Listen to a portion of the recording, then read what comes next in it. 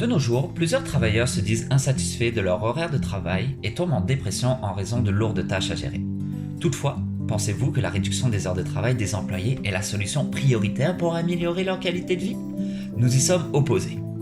Il est évident que la qualité de vie des travailleurs est influencée par les répercussions ayant trait au milieu de travail, de la difficulté entre la conciliation travail-famille et des impacts néfastes sur la santé globale.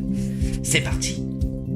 La longueur des heures de travail ne joue qu'un rôle parmi plusieurs autres sur la qualité de vie ressentie chez les employés.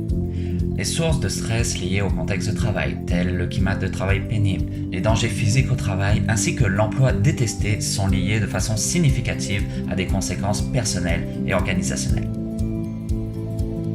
Les exigences professionnelles élevées combinées avec un faible niveau de contrôle au travail entraînent une tension au travail qui peut engendrer des problèmes de santé psychologique et physique ainsi qu'une satisfaction réduite.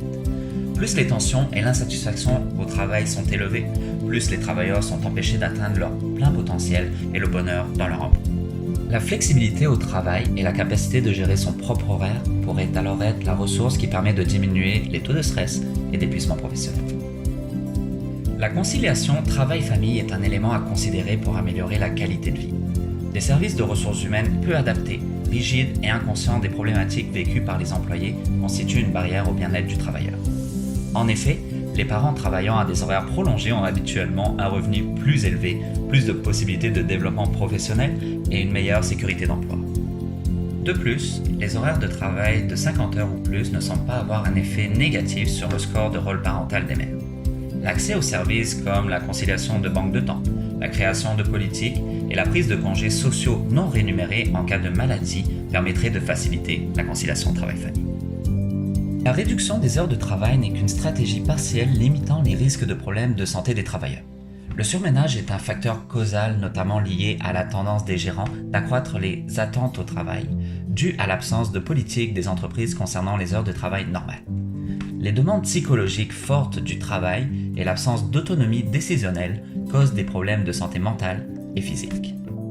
Par exemple, une étude effectuée selon le modèle de Karasek en Australie révèle que 13,2% des hommes souffrent de dépression liée au stress du travail, contre 17,2% des femmes avec une tendance similaire au niveau international. De plus, aucun lien n'est visible entre la dépression et le nombre d'heures effectuées. Le lien est plutôt observé entre les contraintes de travail et la dépression perçue. L'anxiété au travail pousse alors les travailleurs à adopter des habitudes malsaines de consommation d'alcool ou de drogue dans le but de diminuer leur taux de stress. Selon une étude par Kleiner et Pavalko en 2010, ceux qui travaillent entre 40 et 59 heures par semaine rapportent une santé mentale et physique pire que ceux qui travaillent 40 heures par semaine. Par contre, une santé plus mauvaise n'est pas rapportée chez ceux qui travaillent plus de 59 heures par semaine.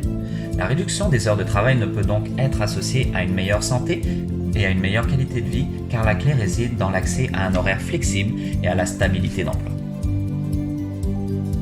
La prolongation des heures de travail engendre une réduction de la production horaire, alors qu'une diminution des heures de travail engendre une élévation de la production horaire. En théorie, cette solution serait favorable à une meilleure qualité de vie des travailleurs. Toutefois, l'homme a tendance à ajuster ses tâches et son rythme de travail en fonction des heures disponibles. Les longues heures augmentent le niveau de stress des travailleurs et réduit le temps consacré à l'exercice physique.